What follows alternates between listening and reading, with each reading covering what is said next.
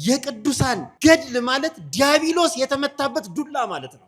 ዲያብሎስ የተሸነፈበት ኃይል ማለት ነው። እግዚአብሔርን ካላየነው አናውቀውም ብለው እግዚአብሔርን ከማምለክ የቀሩበት እግዚአብሔርን ከማምለክ የሸሹበት ዘመን ነበር። ዛሬ ግን ምክንያት የለንም። እግዚአብሔር እኛን ሆኖ የኛን ስጋ ለብሶ በተዋህዶ ከብሮ ታይቷል፣ ተገልጿል። አባ ሕርያቆስ እንዳለው አየነው፣ ሰማነው፣ ከሱም ጋር በላን ጠጣን እንዳለ የራቅነው ከድምፁ ነበር፣ የራቅነው ከረድኤቱ ነበር። ከሁለንተናው ራቅን፣ ከበረከቱ ሁሉ ራቅን። እግዚአብሔር በግርማው እየተገለጸ ሕይወታችንን እየባረከ በቅዱሳን ሕይወት በቅዱሳን ገድል እየጠበቀን ከህመም እያዳነን ከብዙ መከራ እየሸፈነን አላየነውም እንዴት እንላለን? ፍቅሩ ነው ብለናል፣ ፍቅሩ ይታያል ወይ? ሕይወት ነው ብለናል፣ ሕይወቱ ይታያል ወይ? ብርሃን ነው ብለናል፣ ብርሃን ነን ወይ?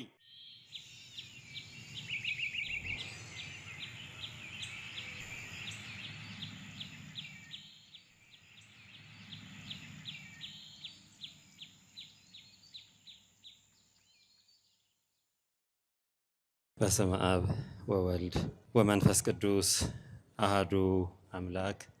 ስለ ገድል መስማት ሁለት ነገር ልናገርና እግዚአብሔር እንደፈቀደ መጠን የዕለቱን ትምህርት እግዚአብሔር ጋር እንማማራለን።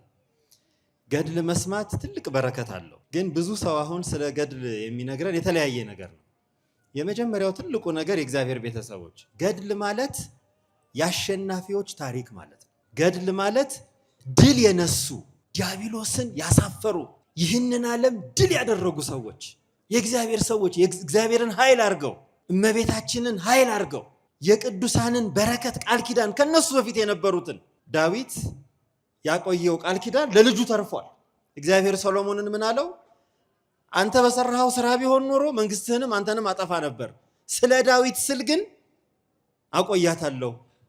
ለአንተ ዘመን ስል፣ ስለ አባትህ ስለ ዳዊት ስል ከነሱ በፊት የነበሩትን አባቶች አርአያ አድርገው ይህንን ዓለም ድል ያደረጉ ሰዎች ታሪክ ማለት ነው ገድል ማለት።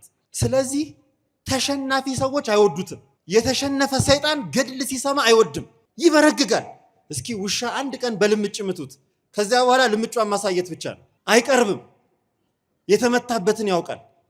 የቅዱሳን ገድል ማለት ዲያብሎስ የተመታበት ዱላ ማለት ነው። ዲያብሎስ የተሸነፈበት ኃይል ማለት ነው። በቃል ሳይሆን በሕይወት ድል ያደረጉበት፣ በንግግር ባሉባልታ ሳይሆን በተግባር ድል ያደረጉበት ታሪክ ስለሆነ ገድል መስማት አሸናፊ ያደርጋል፣ ጥበብ ይሰጣል። ሰዎች እንዴት አድርገው ነው ቅዱሳን ዲያብሎስን ድል ያደረጉት በማለት ዕውቀት ይሰጣል፣ ይባርካል፣ ደስ ይላል።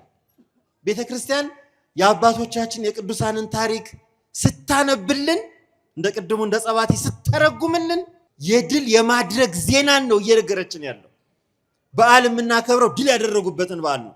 ቤተ ክርስቲያን የተሸናፊዎች በዓል አታከብረው፣ ድል ያደረጉትን ሰዎች በስማቸው በደማቸው ሰማያዊት መንግስትን የወረሱ ይህን ዓለም ድል አድርገው የስጋቸውን ፈቃድ ድል አድርገው የመናፍቃንን ተንኮል ድል አድርገው የአጋንንትን ሴራ ድል አድርገው ዓለምን ያሸነፉ ሰዎችን ታሪክ ነው የሰማነው።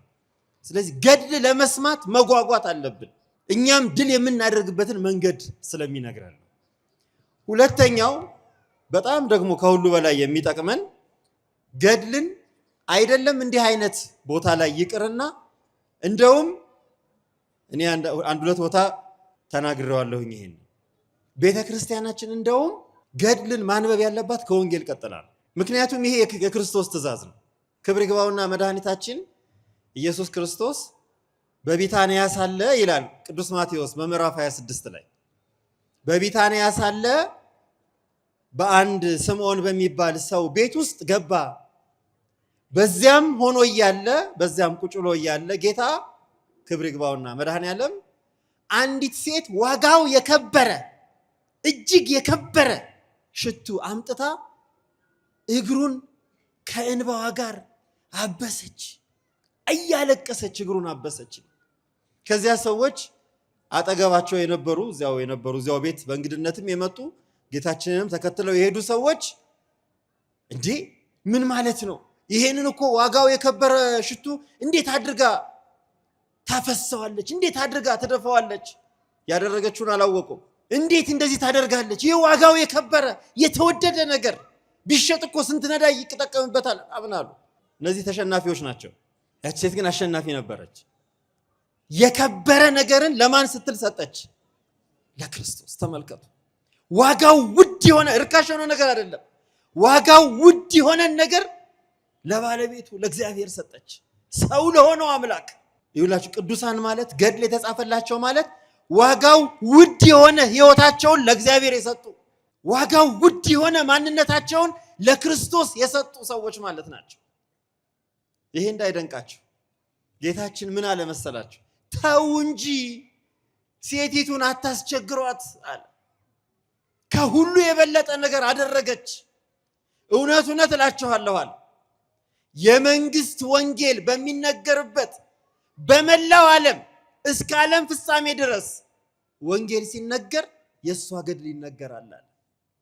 አይገርምም? የእግዚአብሔር ቤተሰብ ገድል እንዲነገር የፈቀደ አይደለም፣ ያዘዘው መድኃኔዓለም ነው። የወንጌል ምስራች፣ የመንግስተ ሰማያት ህገ መንግስት፣ ወንጌል የህይወት ቃል፣ የክርስቶስ ቃል ተስፋ ራሱ ክርስቶስ በሚነገርበት ወንጌል ማለት ክርስቶስ ማለት ነው። በኦርቶዶክስ በተዋህዶ እምነት ወንጌል ማለት መንግስተ ሰማያት ማለት ነው። ተራ ትምህርት አይደለም ወንጌል፣ ተራ መልእክት አይደለም ወንጌል። ወንጌል ማለት እግዚእነ ወአምላክነ ወመድኃኒነ ኢየሱስ ክርስቶስ ማለት ነው። ወንጌል ማለት የእሱ ዜና ነው። የወንጌል ቃል በሚነገርበት ቦታ ሁሉ አለ ጌታችን የእሷ ገድል፣ የእሷ ስራ፣ የእሷ ዝና ይነገራል። ዛሬ የቅዱሳን ገድል ሲነገር የሚያማቸው ሰዎች ይህን የማያውቁ ሰዎች ናቸው። የእግዚአብሔር ፈቃድ ምን እንደሆነ ያልተረዱ ሰዎች ናቸው። ለዚህ ቅድም ጸባቴ ሲያነቡ እኔም እንዳረብሽ ቁጭ ብዬ ሰማ ነበር። እንዴት አድርገው ማራኪ የሆነ የአባታችንን ተጋድሎ፣ የጻድቁን ተጋድሎ እኛ እንድንጠቀምበት፣ እንድንማርበት፣ እግዚአብሔር እንዲከብርበት፣ ዲያብሎስ እንዲያፍርበት፣ ዓለም እንዲበረግግበት ሁልጊዜ ይነበባል። አሁን ተንኮሉ ምንድነው? ገድል ምን ያደርጋል ምናምን የሚሉት አላዋቂነት ነው። የአሸናፊዎች ታሪክ እንዳይነገር ነው። ገድል ማለት ይላሉ አባቶቻችን በህይወት የተተረጎመ ወንጌል ማለት ነው ይላሉ። ገድል ማለት ስለዚህ በህይወት በአባቶቻችን ቅዱሳን ህይወት ውስጥ የተተረጎመ ወንጌል ነው። ገድል ወንጌል ነው። ልዩነቱ በሰዎች ህይወት ውስጥ ተተርጉሞ ነው የምናነበው ወንጌል። በአቡነ ተክለ ሃይማኖት ህይወት ውስጥ፣ በቅዱሳን ህይወት ውስጥ ተተርጉሞ ነው የምናነበው ወንጌልን። ግን የምንሰማው አቡነ ተክለ ሃይማኖት ቸርነት አደረጉ፣ አቡነ ተክለ ሃይማኖት ድዊ ፈወሱ፣ አቡነ ተክለ ሃይማኖት ጽድቅ ስራን ሰሩ፣ ተጋድሎ አደረጉ ሲባል ከየት አግኝተው ማን አዟቸው? ከወንጌል። አዎ ጌታችን የአምላክነቱ የባህሪ አምላክነቱን የሚበልጥ አለ ለማለት ሳይሆን በእኔ የሚያምን አለ፣ እኔ የማደርገውን ያደርጋል፣ ከእኔም በላይ ያደርጋል፣ ከዚህም በላይ ያደርጋል ማለት ነው። መምህራን እንግዲህ እንዲህ ነው የተረጎሙልን። እግዚአብሔር አምላካችን በአባታችን ጸሎትና በቅዱሳን በሊቃውንት አባቶቻችን በረከት ሁላችንንም ይባርከን። ሰሞኑ ደግሞ ይሄ አሁን ያለንበት ወቅት አስተርእዮ ወይም ዘመን አስተርእዮ ይባላል። አዎ በዘመነ አስተርእዮ የሚከበር የእመቤታችን የዕረፍቷ በዓል ማለት ነው። በዘመነ አስተርእዮ ይሄ አስተርእዮ በሚሆንበት ዘመን ላይ የሚከበሩ በዓላትን ሁሉ የበለጠው እንግዲህ ዘመኑን በአንድ ላይ በጥቅል የተቀመጠው ነውና እንደው ትንሽ ነገር ስለ ጥምቀቱ፣ ስለ ቃና ዘገሊላ በዚያም ስላለፉት በዓላት ብዙ በየጎዳናው በየአደባባዩ በሊቃውንት አባቶች እየተተረጎመ ብዙ ተምረናል። ግን ይሄ ወቅቱ አስተርእዮ የሚለው ወቅት እንደው ሰፋ አድርገን የምናይበት ስለሆነ ስለሱ እንደ እግዚአብሔር መጠን እንደ እግዚአብሔር ፈቃድ አጭር ነገር እንነጋገራለን። አስተርእዮ የሚባለው እንግዲህ በቤተ ክርስቲያናችን ትልቅ የቴዎሎጂ ወይም የትምህርት ሃይማኖት ቃል ነው። ቅዱስ አትናቴዎስ አስተርእዮ የሚለውን እግዚአብሔር ሰው የሆነበት ምክንያት አድርጎታል። አምላክ ሰው ከሆነበት ምክንያት እኛን ለማዳን እኛን መስሎ የእኛን ስጋ ለብሶ በእኛ አርአያ በአጭር ቁመት በጠባብ ደረት ተወስኖ ሰው ሆኖ ወደኛ መጥቶ እንድናየው ሲፈቅድ ማየታችን ድህነታችን ነው ብሎታል። ማየት እንዴት ነው ማየትና ድህነትን አንድ ያደረገው? ዮሐንስ በወንጌሉ ምዕራፍ 1 ቅዱስ ዮሐንስ ምዕራፍ 1 ቁጥር 18 ላይ እግዚአብሔርንስ ያየው ማንም የለም አለ። እግዚአብሔርን ያየው ማንም የለ። ለእግዚአብሔርስ አልቦ ዘርእዮ ግሙራ፣ እግዚአብሔርንስ ያየው ማንም የለም። በኋላ ግን በእቅፉ ያለ አንድ ልጁ መድኃኒታችን ኢየሱስ ክርስቶስ ሁሉን ተረከልን። ወደዚህ ዓለም መጥቶ እኛን ለማዳን የመምጣቱ ምስጢር እግዚአብሔርን እንድናውቅ ወደሱ እንድንቀርብ እሱን እንድናየው ነው። አስተርእዮና በእንግሊዝኛ በግሪኩ አዲስ ኪዳን በተጻፈበት ግሪክ ሁለት ቃላቶች አሉ። ኤጲፋንያ ቀጥታ ግዕዙ ወስዶታል። ይህንን ሰሞን ዝውቱ አስተርእዮ ካለ በኋላ ኤጲፋንያ ይባላል ይላል። ኤጲፋንያ ማለት ሁለት ቃላቶች ናቸው የተገጣጠሙት። ኤጲና ፋና የሚል ፋኖ ስንል አይደለም። አሁን የብርሃን መገለጥ፣ የብርሃን መታየት፣ ብርሃን መሆን ጌታችንም ተናግሯል። ብርሃን ሲወጣ ጨለማ ይጠፋል። የብርሃን መገለጽ ነውና የጨለማ የጠፋበት፣ ጨለማ የተሸነፈበት፣ ድል የተደረገበት የብርሃን መገለጽ ብሎታል። ኤጲፋንያ አስተርእዮ ሲባል የብርሃን መገለጽ ማለት ነው። ሁለተኛው ደግሞ ከዚሁ ጋር ገሃድ የምንለው ገሃድ ተብሎ የተተረጎመልን ወአስተርአየ ገሃደ ያለው ቴዎፋንያ ይላሉ። የእግዚአብሔር መገለጥ፣ የአምላክ መገለጥ። ይሄ ለኛ ድህነት መሰረታዊ ነበር። ሰዎች እግዚአብሔርን አላየነውም፣ እግዚአብሔርን ካላየነው አናውቀውም ብለው እግዚአብሔርን ከማምለክ የቀሩበት፣ እግዚአብሔርን ከማምለክ የሸሹበት ዘመን ነበር። ዛሬ ግን ምክንያት የለንም። እግዚአብሔር እኛን ሆኖ የእኛን ስጋ ለብሶ በተዋህዶ ከብሮ ታይቷል፣ ተገልጿል። አባ ሕርያቆስ እንዳለው አየነው፣ ሰማነው፣ ከሱም ጋር በላን ጠጣን እንዳለው እግዚአብሔር ታይቷል። ስለዚህ አሁን ከእግዚአብሔር ለመራቅ ወደ ጣዖት ቤት ለመሄድ፣ ወደ ሟርት ለመሄድ ወይም በአጋንንት ለመታሰር ምክንያት የለንም። በእርግጥ የእግዚአብሔር መገለጽ የሚጀምረው ከስነ ፍጥረት ነው። የመጀመሪያው የእግዚአብሔር መገለጽ በስነ ፍጥረት ነው። እግዚአብሔር የታወቀው በመፍጠሩ ነው። ዓለም ሳይፈጠር ጀምሮ የነበረ የማይታየው አምላክ አለ ቅዱስ ጳውሎስ በፍጥረቱ ለፍጥረቱ ይታወቃል። የመጀመሪያው ትልቁ እግዚአብሔር ለፍጥረቱ የተገለጸው በመፍጠሩ ነው። ሰዓሊ በምን ይገለጻል? በስዕሉ አይደል? ሸክላ ሰሪ በምን ይገለጻል? ሸክላ ሰሪ መሆኑ በምን ይታወቃል? በሸክላ ስራው። አንጥረኛ መሆኑ የሚታወቀው በሚሰራው ቢላዋ፣ ማጭድ፣ መዶሻ ነው። እግዚአብሔርም በፍጥረቱ ይታወቃል። እስመ ይታወቅ ሰዓሊ በስዕሉ ወኪን በኬንያሁ አለ። ጠቢብ በጥበቡ እንደሚታወቅ እግዚአብሔርም መጀመሪያ ለዓለም የተገለጸው፣ ለሰው ልጅ የታወቀው፣ ለፍጥረቱ የተነገረው በመፍጠሩ ነበር። ስነ ፍጥረት እግዚአብሔር ለመኖሩ፣ እግዚአብሔር ፈጣሪያቸው ለመሆኑ ማረጋገጫ ነው። የምናየው ነገር የሚንቀሳቀሰውም የማይንቀሳቀሰውም፣ የሚታየውም የማይታየውም በቀለም አስውቦ ህብሩን አሳምሮ የፈጠረው ፍጥረት በሙሉ እግዚአብሔር ለመኖሩ ማሳያ ማሳወቂያ ነበሩ። ይልቁንም ይላል ቅዱስ አትናቴዎስ፣ ይልቁንም ደግሞ የሰው ልጅ በእግዚአብሔር አርአያና አምሳያ መፈጠሩ እግዚአብሔር እሱ ፈጣሪ ለመሆኑ ማሳያ ነበር ይላል። እግዚአብሔር ሰውን ሊፈጥር ሲፈልግ ምንድነው ያለው? እንግዲህ ሰውን እንደ ምሳሌያችን እንደ አርአያችን አድርገን እንፍጠር፣ ንግበር ሰብአ በአርአያነ ወበአምሳሊነ። ሰውን እንደ አርአያችን እንደ አምሳያችን አድርገን እንፍጠር የተፈጠረው ሰው የእግዚአብሔር አርአያና አምሳያ መገለጫ ነበር። ሕያውነቱ መታወቂያ ነበር። ነባቢነቱ መታወቂያ ነበር። ለባዊነቱ፣ አዋቂ ጠያቂነቱ መታወቂያ ነበር። የሰው ልጅ ባፈጣጠሩ እግዚአብሔርን የሚገልጽ ነበር። አፈጣጠሩ ራሱ እግዚአብሔርን የሚያሳይ ነበር። ይህን በምን ታውቋል ይላል ቅዱስ አትናቴዎስ። አሁንም ስልጣን በማግኘቱ ይላል። እግዚአብሔር ባለስልጣን ነው። የባህሪ ባለስልጣን ነው። የባህሪ ገዢ ነው። የባህሪ አምላክ ነው። ሰውን ግን በጸጋ ባለስልጣን አደረገው። የፈጠረውን ፍጥረት እንዲገዛ የሱ መኖር መታወቂያ ያደረገው ሰው። የሰው ልጅ ግን ይሄንን እግዚአብሔርን የሚገልጽበትን እግዚአብሔርን የሚያሳይበትንም የሚያይበትንም ተፈጥሮ በስተቱ ጣለው፣ በስተቱ እንዲወድቅ አደረገው።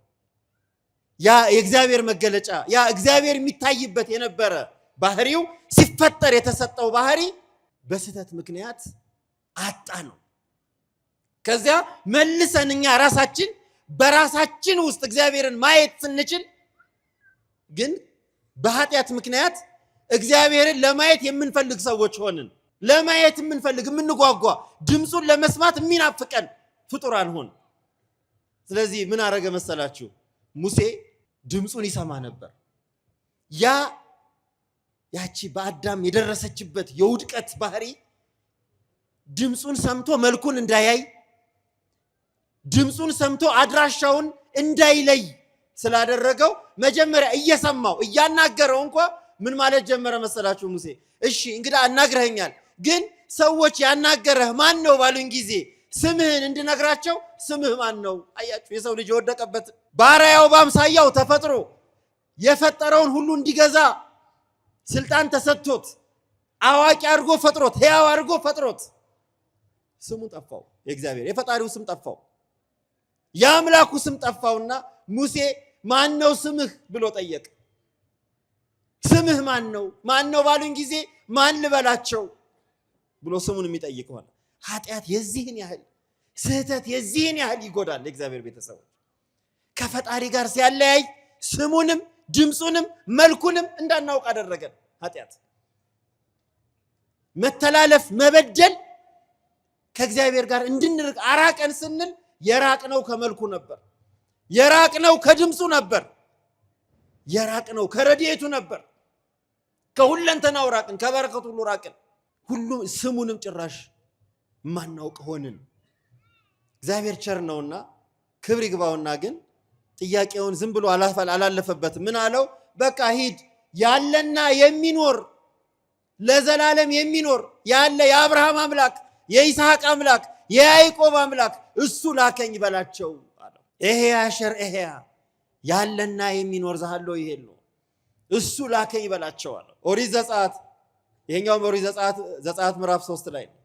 ኦሪት ዘጸአት ምዕራፍ 19 ላይ ደግሞ እንደገና እግዚአብሔር እያዩት በተራራ ላይ ይወርዳል አለ። ምን ማለት ነው? እያዩት ምኑን ነው የሚያዩት? ክብሩን፣ ግርማውን እያዩት በተራራ ላይ በእሳት ደመና፣ በእሳት አምድ፣ በደመና፣ በድምፀ መለከት ተከቦ በነፋስ በሚገርም ግርማ ሲና ተራራ ላይ ወረደ። እግዚአብሔር እያዩት ይወርዳላል። ያዩት ምኑን ነው? የእግዚአብሔር ቤተሰቦች ያዩት ምኑን ነው? ክብሩን። ክብሩንም በምንድን ነው ያዩት? በደመና፣ በእሳት፣ በነፋስ፣ በድምፀ መለከት እያዩት በሲና ተራራ ላይ ወረደ። ሙሴ ወደ ተራራው ወጣ። ተራራው ላይ ወጥቶ ድምፅህን እሰማለሁ፣ ከ500 ጊዜ በላይ እግዚአብሔር አነጋገረው። ድምፅህን እሰማለሁ፣ ፊትህን አሳየኝ አለ። አያችሁ፣ ማየት ይፈልጋል የሰው ልጅ አምላኩን ማየት ይፈልግ ነበር። ቅዱስ አትናቴዎስ አለ ማየት እንፈልግ ነበር። አምላክን ማየት ድህነታችን ነበር አለ፣ ጽድቃችን ነበር። የቤተ ክርስቲያን አባቶች የጽድቅን መጨረሻ ምን አሉት መሰላችሁ? የጽድቅ ሁሉ መጨረሻ ነጽሮተ ስሉስ ቅዱስ አሉ። እግዚአብሔርን ማየት የጽድቅ ሁሉ መጨረሻ፣ የቅዱሳን ማዕረግ መጨረሻው እና አቡነ ተክለ ሃይማኖት አባታችን በረከታቸው በሁላችን ላይ ይደርና የደረሱበት ማዕረግ ነጽሮተ ስሉስ ቅዱስ ይባላል። እግዚአብሔርን ማየት። ለዚህ ነው ይሄንን ትልቅ ወቅት ከጥር 11 ጀምረው አባቶቻችን እስከ ጥር 30 በዋናነት አንዳንዴ ደግሞ ረዘም ሲያደርጉት እስከ መጋቢትም ድረስ ራቅ ተደርጎ እንዲከበር ያደረጉት አስተርእዮ ያሉት እግዚአብሔርን ማየት ትልቅ ነገር ስለሆነ ነው። ግን እግዚአብሔር ቤተሰቦች እግዚአብሔርን አይታችሁታል ወይ ብትባሉ ምንድን ነው የምትሉት? አላየነው ነው የምትሉት? ከስጋዌ በኋላ አምላክ ሰው ከሆነ በኋላ እግዚአብሔርን አላየንም ማለት አንችልም። አዎ የአባቶቻችንን አይን አድርገን ቅዱስ ሉቃስ ወንጌሉን ሲጽፍ ምን አለ መሰላችሁ? በአይን ያዩት አባቶቻችን የነገሩንን መሰረት አድርገን ያዩትን። አዎ የነሱን አይን አዳም አይቶታል እግዚአብሔርን። በቃ የሰው ልጅ እግዚአብሔርን አየ። በዚህ ሰሞን ማየት ትልቅ ነገር ነው። ያ ስለሆነ ሙሴ ብቻ እንዳይመስላችሁ፣ ኤልያስም እንደዚያ ብሏል። ኤልያስም በምድረ በዳ ለእግዚአብሔር ሲጋደል ስለ እግዚአብሔር ስም ቀንቶ ብዙ ተአምራት ሲያደርግ የኖረው ነቢይ በምድረ በዳ ድምፁን እየሰማ ትእዛዙን እየተቀበለ ለእስራኤል እያስተማረ በኖረበት ዘመን አንድ ጥያቄ የነበረው ፊትህን ማየት እፈልጋለሁ ነው። ማየት እፈልጋለሁ እግዚአብሔርን ማየት እፈልጋለኋል ኤልያስ። ግን ችግሩ ምን ሆነ መሰላችሁ? የእግዚአብሔር ቤተሰቦች በብሉይ ኪዳን ሰዎች እግዚአብሔርን ማየት አይችሉም ነበር። ምክንያቱም ድህነት አልተፈጸመም። በኃጢአት ማሰሪያ፣ በዲያብሎስ ቁራኝነት፣ በሲኦል እስር ቤት ግዞት ውስጥ ስለነበር እግዚአብሔርን ማየት አልቻልንም ነበር። ይልቁንም አንድ ማኑሄ የሚባል ሰው ገበሬ ነው። እግዚአብሔርን የሚያወድ የሚያከብር ገበሬ፣ ታዛዥ ገበሬ፣ የዋህ ገበሬ። መልአክ ተገለጸለትና አናገረው። ከዚያ እቤቱ ሄደ ለሚስቱ ሊነግር። እቤቱ ደግሞ ሲደርስ እቤቱ ለባልየውም ለሚስትየውም ያው መልአክ ተገለጸ። ከዚያ ማኑሄ በጣም የዋህ ነው። መልአኩን ምን አለው መሰላችሁ? ይሄ ታሪክ ያለው በመጽሐፈ መሳፍንት ምዕራፍ 13 ላይ ነው። ማኑሄ መልአኩን ምን አለው? እንደው የምትለን ነገር ልጅ ተወልዳለህ ስሙንም እንዲህ ትለዋለህ ብሎ ሊያበስረው ነው የመጣው መልአኩ።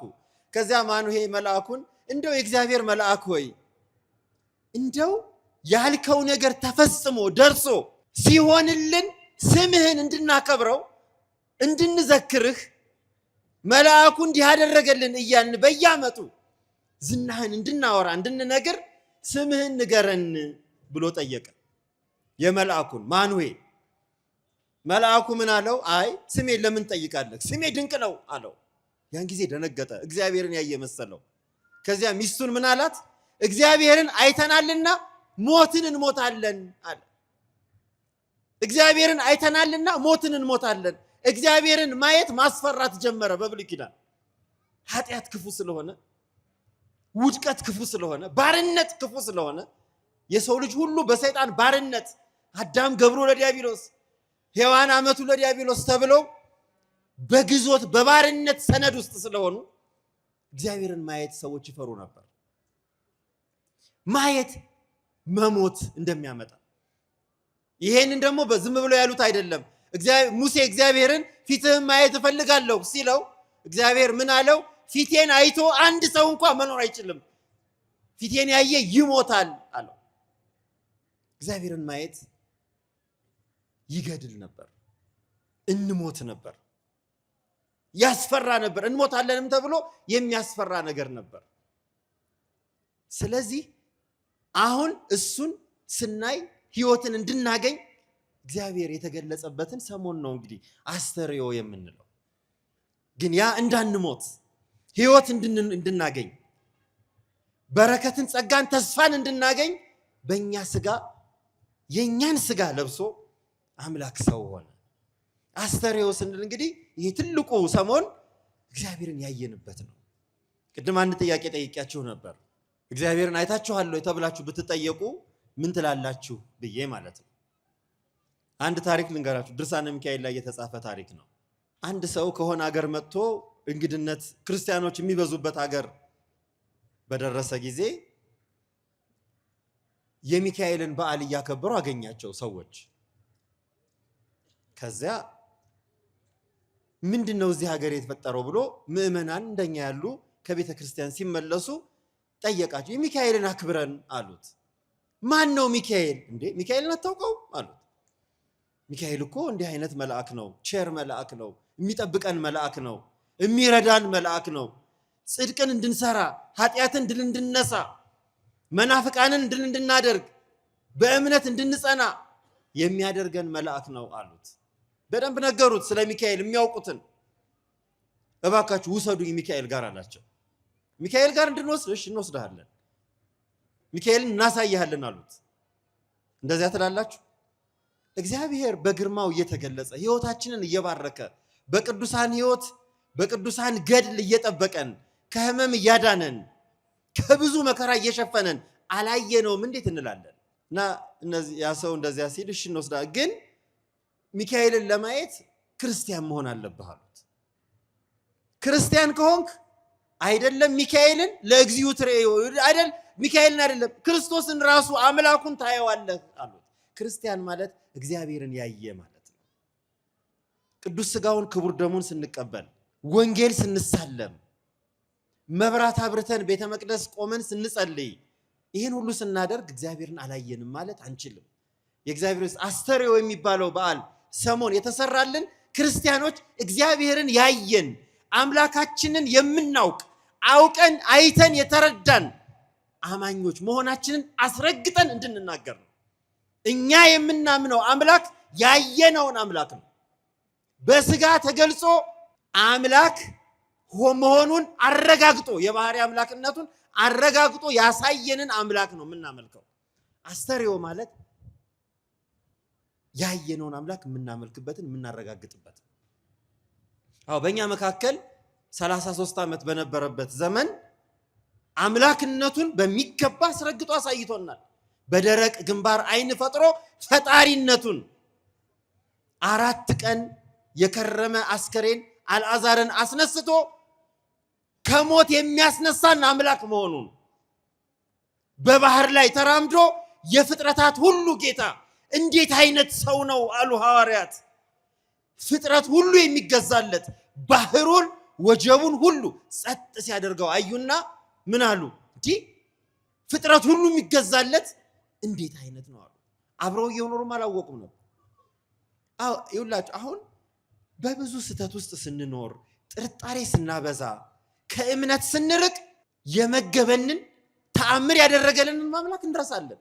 እስራኤላውያን ከ10 በላይ ተአምራትን አድርጎ ቀይ ባህርን ከፍሎ ባህሩን ከፍሎ ያሻገራቸውን አምላክ ተመልከቱ። እግዚአብሔር ያሳያችሁ የእግዚአብሔር ቤተሰቦች፣ ባህር ከፍሎ ያሻገራቸውን ውሃ ግራና ቀኝ በቀኝና በግራ ግድግዳ አድርጎ ውሃውን ያሳለፋቸውን አምላክ 40 ዓመት ሳያርሱ ሳያጭዱ ሳያበጥሩ ሳይጋግሩ መና ከሰማይ እያወረደ የሚመግባቸውን አምላክ ሐመዩ ዋለ ዳዊት አሙት።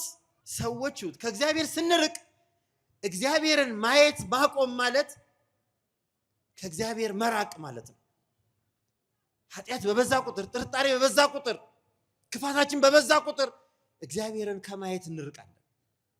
እነዚያ ሰዎች ከሰማይ በየቀኑ ሲያዩት የሚያምር ሲበሉት የሚጣፍጥ ልብሳቸው ሳያልቅ ጫማቸው ሳይቀደድ በምድረ በዳ የመራቸውን አምላክ ጠረጠሩት። አለ ወይ አሉት። ልክ የኛ ህይወት እንደዚያ መሆን የለበትም። ይሄንን ሰሞን አባቶቻችን እምነቱ እንዲኖረን የሚፈልጉት በዚህ ሰሞን በዘመን አስተርእዮ እንዲኖረን የሚፈልጉት አባቶች የሰሩልን ስርዓቱን ያደረጉልን እግዚአብሔር ጋር መኖራችንን እንድናረጋግጥ እግዚአብሔርን አይተን የምናመልከው አምላክ መሆኑን እንድናረጋግጥ አይተነዋል፣ ሰምተነዋል፣ ከሱም ጋር በልተናል፣ ጠጥተናል። አይደለም ኧረ ምግብ ማዕድ ሰማያዊ ህይወት ሆኖ የዘላለም ማዕድ ሆኖ ስጋውን ደሙን በልተናል ጠጥተናል ብለን ክርስትናችን እንድናረጋግጥ ዋናው የአስተርእዮ ትርጉም ይሄ ነው። እንዲሁ ዝም ብለን የሰሞን በዓል አክብረን በዓል አስተርእዮ ደግሞ አለፈ እንድንል አይደለም። ምንድነው የተደረገው? አሁን እያደረግን ያለ ነው ቤተክርስቲያን መተን ይቺን ቅድስት ቤተክርስቲያን የክርስቶስ አካል የሆነች የቅዱሳን ገድል የሚነበብባት፣ ጸሎት የሚያደርግባት፣ ስጋው ደሙ የሚፈተትባት፣ ምስጢራት የሚፈጸሙባት እዚህ መተን ስንመለስ እግዚአብሔርን እንዳየን አውቀን መመለስ አለብን። እግዚአብሔርን እንዳወቅን አድርገን አይተን መመለስ አለብን።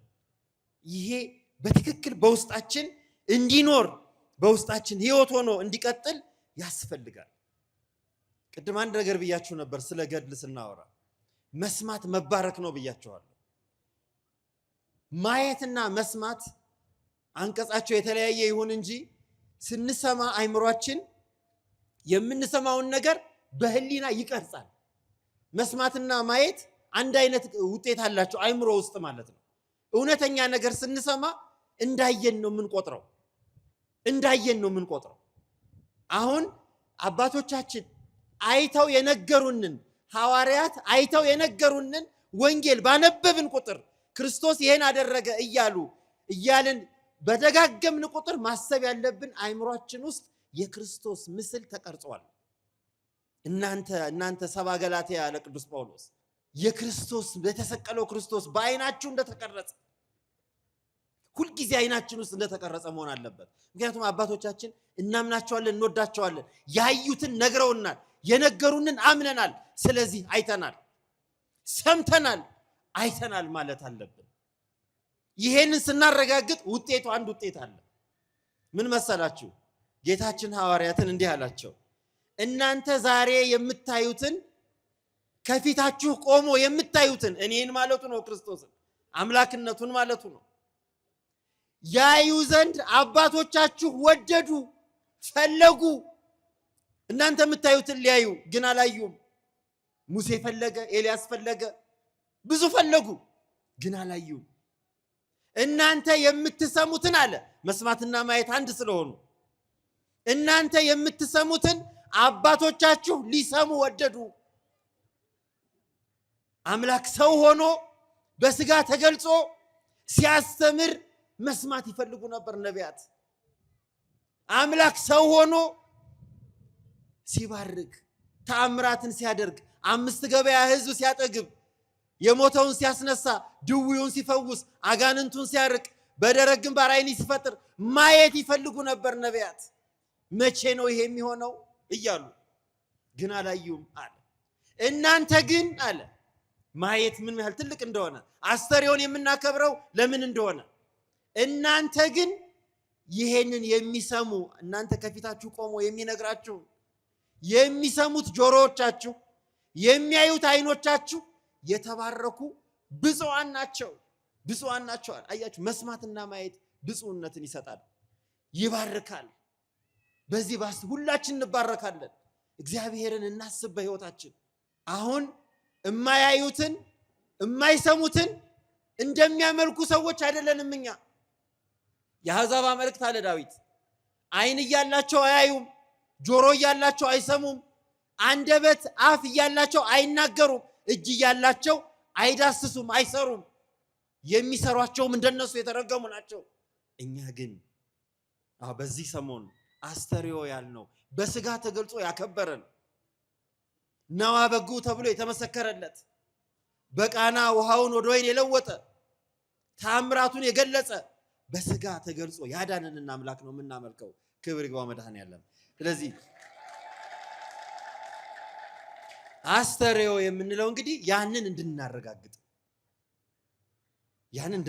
ነው። ክርስቲያን ሲባል በክርስቶስ ስም የተጠራ ብቻ አይደለም። በክርስቶስ ስም የስሙን የተሸከመ ማለት ብቻ አይደለም። በወልድ ውሉድ በክርስቶስ ክርስቲያን የተሰኘን ብቻ አይደለንም። ከዚያ በላይ ያ የምናመልከውን አምላክ፣ የምንሰግድለትን አምላክ፣ ጸሎት መባ የምናቀርብለትን አምላክ፣ መስዋዕት የምናቀርብለትን አምላክ አይተን ተረድተን የሚሰራውን ስራ በትክክል አውቀን መሐሪነቱን ቸርነቱን አውቀን አረጋግጠን የምናመልክ ማለት ነው። ከእውቀት የተከፈለብን የለም። እግዚአብሔርን ከማወቅ በእኛ አቅም ሁለንተናውን ማወቅ አንችልም። እሱ ስለማይደረስበት ስለማይሞከርም እኛ ግን ሰው እንደመሆናችን እሱን ለማወቅ በሚገባን መጠን የጎደለብን የለም። ያጎደለብን ምንም ነገር የለም። ሁሉን ነገር ነገረን። ሁሉን የሰማዩን ምስጢር ሁሉ ተረከልን። ስለ አባቱ ሁሉን ነገር ነገርኳችኋል። ለእናንተስ የመንግስት ወንጌል የመንግስት ምስጢር ሁሉ ተነገራችኋል። ለኛ አሁን የተከፈለብን ነገር የለም። አሁን ዕዳው በእኛ ነው። ይሄንን ካላመን ብዙ የሚቀርብን ነገር አለ። ካመን ግን የምናገኛቸውን የተወሰኑ ነገሮች እናንሳ። አንደኛ ትልቁ ነገር የአስተርእዮ ትልቁ የሃይማኖት መገለጽ ነው፣ የእምነት መገለጽ ነው። ስለዚህ እኛ አሁን የምንጠራጠረው እምነት ሊኖርና አይችልም። ጥርጣሬ፣ ኑፋቄ፣ ክህደት በእኛ ቦታ በኦርቶዶክሳውያን በክርስቲያኖች ዘንድ የሉም። ለምን ይኖራሉ? የእሱን አድራሻውን አውቀነዋል። አሁን የእሱን ፈቃዱን ተረድተነዋል። እስከ ሞት ድረስ የታመነ አምላክ ሆኖ እኛን ማዳን ፈቃዱ መሆኑን አውቀናል። ከእግዚአብሔር ፈቃድ አሁን የማናውቀው ምን አለ? የእግዚአብሔር ፈቃድ እውነት ጽድቅ መስራት ነው። የእግዚአብሔር ፈቃድ የኛ ድህነት ነው። የእግዚአብሔር ፈቃድ የኛ የዘላለም ሕይወትን ማግኘት ነው። የእግዚአብሔር ፈቃድ የመንግስተ ሰማያትን ርስት ዘላለማዊት ርስትን መውረስ ነው። አሁን እግዚአብሔርን አናውቅም ብለን የምንለው ምንም ነገር የለም። ሁሉን ተረድተናል። ፈቃዱንም እኛ የዚህ የመጣንበት ዓለም ላይ ሰው ሆነን የተፈጠርንበትን ምክንያት ተረድተናል፣ አውቀናል። የመንግስቱ ወራሾች፣ የስሙ ቀዳሾች፣ የክብሩ ወራሾች እንድንሆን አመስጋኞቹ ከሱ ጋር አንድ ሆነን እንድንኖር መሆኑን ተረድተናል። ሌላ አምልኮ ውስጥ ብንገባ፣ ሌላ አይነት ሃይማኖት ውስጥ ብንገባ፣ ሌላ አይነት ነገር ውስጥ ብንገባ የዚህን ያህል የአምልኮ ዕውቀት አናገኝም። የክርስትና የአምልኮ ዕውቀት የዕውቀት ሁሉ የበላይ ነው። ምክንያቱም እግዚአብሔርን ከማወቅ በላይ የሚበልጥ ዕውቀት በዚህ ዓለም የለም። ያንን እግዚአብሔርን የማወቅ ዕውቀት እራሱ በተለየ አካሉ ከሦስቱ አካል አንዱ አካል አምላክ ሰው ሆኖ ስለ ራሱ ነግሮናል፣ በሚገባ አሳውቆናል። ስለዚህ በእኛ ዘንድ ኑፋቄ፣ ጥርጥር የሚባለው ነገር አይኖርም። እኛ በእምነት እንኖር ዘንድ አለ ቅዱስ አትናቴዎስ፣ በእምነት ጸንተን እንኖር ዘንድ ሃይማኖታችን የጸናና የቀና ይሆን ዘንድ አምላክ ሰው ሆነልን። የመገለጹ ምስጢር እሱን እንድናውቀው ሆነ። የመገለጹ ምስጢር ከእንግዲህ በኋላ በእኛ ሃይማኖት የጎደለ እምነት የለንም፣ እሱን ከማወቅ የቀረብን ነገር ስለሌለ። ሁለተኛው ብርሃን ያለው ነው። ኤጲፋንያ ብርሃን ነው ብያቸዋለሁ። እግዚአብሔር ራሱን በብርሃን መስሎ በብዙ ነገር ነግሮናል። ዳዊትም እግዚአብሔር ብርሃኔ ነው ብሏል። እግዚአብሔር ብርሃን ነው። ኤጲፋንያ አስተርእዮ ማለት የእግዚአብሔር መገለጽ፣ የብርሃን መገለጽ፣ ብርሃን ዘበአማን እውነተኛ ብርሃን አለ ቅዱስ ኤፍሬም። ብርሃን ዘበአማን የማይጠፋ ብርሃን፣ ፀሐይ ዘኢያዕርብ የማይጠልቅ ፀሐይ፣ የማይጠፋ ብርሃን፣ እውነተኛ ብርሃን ወደ ዓለም መጣ አለ። ይሄ ብርሃን ነው ዛሬ የምንዘክረው የምናከብረው ብርሃንን ነው። የብርሃን ልጆች ነን እኛ። የብርሃን ልጆች ከጨለማ ልጆች ጋር አንድነት የላቸው። ኤጲፋንያ አስተርእዮ ማለት በብርሃን መኖር፣ በጨለማ መኖር አይደለም፣ በብርሃን መኖር። አንትሙ ውስተ ብርሃኑ ለዓለም እንዳለ ደግሞ ብርሃን መሆን ማለት ነው። በብርሃን እየኖር ብርሃኖች እንድንሆን፣ የዓለም ብርሃኖች እንድንሆን ነው። የዚህ አስተርእዮ ትልቁ ጸጋ፣ ትልቁ ስጦታ ብርሃንን ማየታችን ነው። ያ ብርሃን የሚጠፋ ብርሃን አይደለም። ያ ብርሃን ጉድለት፣ ሕጸጽ ያለበት ብርሃን አይደለም። ያ ብርሃን ጨለማ የሚያሸንፈው ብርሃን አይደለም። ጨለማም አላሸነፈውም ብሏል። ጨለማም አላሸነፈውምና የሚገለባበት ወይም የሚዘበራረቅ ብርሃንም አይደለም። ቅድም ገድሉ ላይ አባታችን ሲያነሱ በእውነት ስለ ብርሃኑ ሲናገሩ የማይጠልቅ ብርሃን፣ ምንጩ አንድ የሆነ ብርሃን፣ ጥላ ወይም የሆነ ቅሬታ ያለው ብርሃን አይደለም። ብርሃኗ ዘወትር የሚያበራ አለ። መንግስተ ሰማያት የመንግስተ ሰማያትን ጸጋ ያገኘንበት ነው። ያ ብርሃን ነው። ስለዚህ የብርሃን ልጆች ይሆን አስተርእዮን በሚገባ ብርሃን ማየታችንን እርግጠኛ ካልሆንን እንዴት ብለን ነው ክርስቲያኖች የምንሆነው? ክርስቲያን ማለት የብርሃን ልጅ፣ ውሉደ ብርሃን፣ ደቂቀ ብርሃን ማለት ነው። ብርሃን ማለት ጻዕዳ ልብሳችን፣ ጥምቀት ስንጠመቅ ብርሃን ማብራታችን፣ ወንጌል ሲነበብ ብርሃን ማብራታችን፣ በአምልኳችን ሁሉ ብርሃን ማብራታችን የብርሃን ልጆች ነን ማለት ነው። ምሳሌ አስተርእዮ ብርሃን ነው፣ የብርሃን መገለጽ ነው። ሶስተኛው ሕይወት ነው። ያ ብርሃን ሕይወት ነው። ያ አምልኮ፣ ያ ሃይማኖት ሕይወት ነው። ሕይወትን ነው የሰጠን። አስተርእዮ ማለት ሕይወትን ያገኘንበት ሰሞን ማለት ነው። ከልደቱ በጥምቀቱ ያረጋግጠልን የሕይወት መንገድ፣ እኔ ሕይወት ነኝ፣ እኔ የሕይወት መንገድ ነኝ፣ እኔ ራስ ሕይወትን የምሰጥ ነኝ፣ እውነተኛ ሕይወት የተባለ ክርስቶስን ያየንበት ሰሞን ነው። ለዚያ ሕይወት የተገለ አሁን ሞት የተሸነፈበት፣ ሞት የሚሸነፍበት፣ አላዋቂነት ድል የሚነሳበት።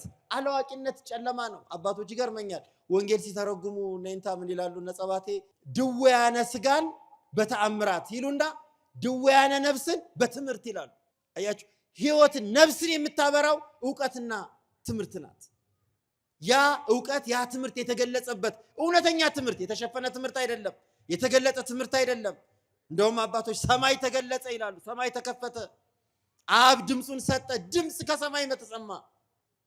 መንፈስ ቅዱስ በርግብ አምሳል ወረደ፣ ወልድ በዮርዳኖስ ተጠመቀ። ይሄ ነው እውቀት። ምስጢረ ሥላሴ ተረዳን፣ አወቅን፣ ተገነዘብን። ይሄ ህይወት ሆነን አሉ አቦ። ይሄ ህይወት ሆነን ህይወትን ያገኘንበት ነው። ህይወት፣ ጽድቅ፣ ቅድስና አንድ ወገን ናቸው። በአንድነት ነው። እውነት ህይወት ነው። በዚያ ነው የምናውቀው። አዎ ቅዱስ ጳውሎስ ቅዱስ ዮሐንስ በመጀመሪያ መልእክቱ ምዕራፍ 3 ላይ የዲያብሎስን ስራ፣ የዲያብሎስን ክፋት፣ የዲያብሎስን ተንኮል ያፈርስ ዘንድ የእግዚአብሔር ልጅ አስተርአየ ተገለጸ። ተንኮል ይፈርስ ዘንድ ዲያብሎስ የሸረበው ተንኮልና ሴራ ያዘጋጀው የውሸት ሰነድ፣ የባርነት ሰነድ፣ ዓለምን ያታለለበት፣ የሰው ልጅ ያታለለበት ክፋቱ ይገለጽ ዘንድ እግዚአብሔር ተገለጸ። የእግዚአብሔር መገለጽ የዲያብሎስን ስራ ሊያጋልጥ ነው። አያችሁ፣ በጨለማ ውስጥ ሰዎች ተንኮል የሚሰሩት ብርሃን እስኪበራ ድረስ ነው። ትስስሮቹን ተመልከቷቸው። አስተርእዮ ማለት የዲያብሎስ ስራ የተገለጸበት፣ ተንኮሉ የታወቀበት፣ ክፋቱ በይፋ በአደባባይ የተሰጣበት ነው። ለዚህ ነው በአደባባይ የምናከብረው። አስተርእዮን ተደብቆ ብርሃን ተደብቆ አይከበርም። በአደባባይ እየሄድን በጎዳናው እየመሰከርን እግዚአብሔር ተገለጸ ወአስተርአየ ገሃደ እያሉ መዘምራን፣ ሊቃውንት፣ መምህራን እያሸበሸቡ ወአስተርአየ ገሃደ እያሉ በገሃድ የታወቀ ስለሆነ ያ እውቀት ነው፣ ያ ህይወት ነው፣ ያ ጽድቅ ነው። ያ ክፋት የተሻረበት፣ የዲያብሎስ ተንኮል የፈረሰበት፣ የክፋት የሴራ ገመድ የተበጣጠሰበት ዘመን ነው። ከዚያ ውጪ አስተርእዮ በፍቅር ተርጉሞታል ዮሐንስ አፈወርቅ ደግሞ ፍቅር ሰሐቦ ለወልድ ኃያል መንበሩ ባለበት የእግዚአብሔር ወደኛ መጥቶ የመታየቱ የመገለጹ ፍቅር ምስጢር ፍቅር ነው አለ። የእግዚአብሔር ፍቅር ነው፣ ስለሚወደን ነው። ለማንወደው ሰው እኮ ምንም ነገር አንናገርም። ለማንወደው ነገር ባይፈቀድልንም ሰው መጥላት፣ ለማንወደው ነገር፣ ለማንወደው ሁኔታ ምንም ነገር አናደርግም። ምንም ነገር ማውራድ አንፈልግም። ግን እግዚአብሔር ምንኛ ቢወደን ነው የኛን ስጋ ለብሶ በትህትና በባሪያው እጅ ተጠምቆ በዶኪማስ ቤት ጋብቻን ባርኮ በገዳመ ቆሮንቶስ ዲያብሎስን ድል ነስቶ ራሱን የገለጸልን ምን ያህል ቢወደን ነው ብለን እናስብ። አስተርእዮ የእግዚአብሔር ፍቅር መገለጫ ነው አለ ዮሐንስ አፈወርቅ። በረከቱ ይደርብንና ፍቅሩን የገለጸበት ነው። የፍቅሩ ብዛት በጎዶሎ ወይም ደግሞ በቆጥቦም አይደለም አለ፣ በቁጠባም አይደለም። አንዱ አካል ከሶስቱ አካል አንዱ አካል ወልደ እግዚአብሔር አካላዊ ቃል ሰው ሆነ። ሰው ሆነ። እኛ የምናደርገውን ነገር ሁሉ ከኃጢአት በስተቀር እያደረገ በትንሽ በትንሹ አደገ፣ በእኛ መካከል ታየ፣ ታወቀ። ምንኛ ቢወደን ነው አለ። አስተርእዮ የእግዚአብሔር ፍቅር መገለጽ ነው። ፍቅሩ የታወቀበት፣ ፍቅሩ የተገለጸበት። እግዚአብሔር አይወደኝም ማለት አንችልም ከእንግዲህ በኋላ አለ። ከዚህ በላይ ምን ያድርግልን? በበረት መጥቶ ተኝቶ እኛን ሊያድን በበረት ተኛልናል። በዮርዳኖስ ተጠመቀልን። በገሊላና በኢያሪኮ ጎዳናዎች አስተማረን። በደብረ ታቦርና በደብረ ዘይት ምስጢሩን ገለጸልን። ከዚህ በላይ ምን ያድርግልናል? ከብሉይ ኪዳን የፍቅሩ ብዛት ከብሉይ ኪዳን ሙሴን፣ ከነቢያት ሙሴ ኤልያስን፣ ከአበው ሙሴን አምጥቶ ለነሱ እንኳን ታየ። ለነሱ እንኳን የገባውን ቃል ኪዳን አስተውሎ ለነሱ እንኳን ታየ። የፍቅሩ መጠን የፍቅሩ ርዝመት ወሰን የለውም ማለት አስተርእዮ ከዚህ በላይ ፍቅር የገለጸበት የለም። ለኔስ ይላል እግዚአብሔር ፍቅሩን የገለጸባቸው ቀራንዮና አስተርእዮ ናቸው ይላል። ያ ደግሞ በቀራንዮ ደግሞ ሕይወቱን የኛን ኃጢአት ተሸክሞ የኛን በደል ተሸክሞ ሞታችንን ሞቶ በሶስተኛው ቀን ሞትን ድል ነስቶ እስከመነሳት ድረስ ፍቅሩን ገለጸልን። አስተርእዮ የእግዚአብሔር ፍቅር የተገለጸበት ነው። አስተርእዮ ክብርና ልዕልና ነው። እኛ ከበር አዳም ከፍ ያለበት፣ አዳም ክብር ያገኘበት፣ አዳም የገነነበት፣ የሰው ልጅ ከመላእክት እንኳን በላይ ክብሩ ከፍ ያለበት ነው። ያ ነው ትልቁ ምስጢር። የአስተርእዮ ምስጢር ከብዙ በጥቂቱ ነው። የእግዚአብሔር ቤተሰቦች እኛ ይህንን ምስጢር የተገለጸልን ማለት ነን ክርስቲያኖች ማለት። ግን ትልቁ ነገር ቅዱስ አትናቴዎስ ወዳለው ልመልሳችሁ። የሰው ልጅ ሲፈጠርም እግዚአብሔር እንዲገለጽበት ሆኖ የተፈጠረ ነበር። እግዚአብሔር የሰጠን የክብር ብዛት በአርአያው በአምሳያው ከመፍጠር በላይ አይሆንም ነበር አለ።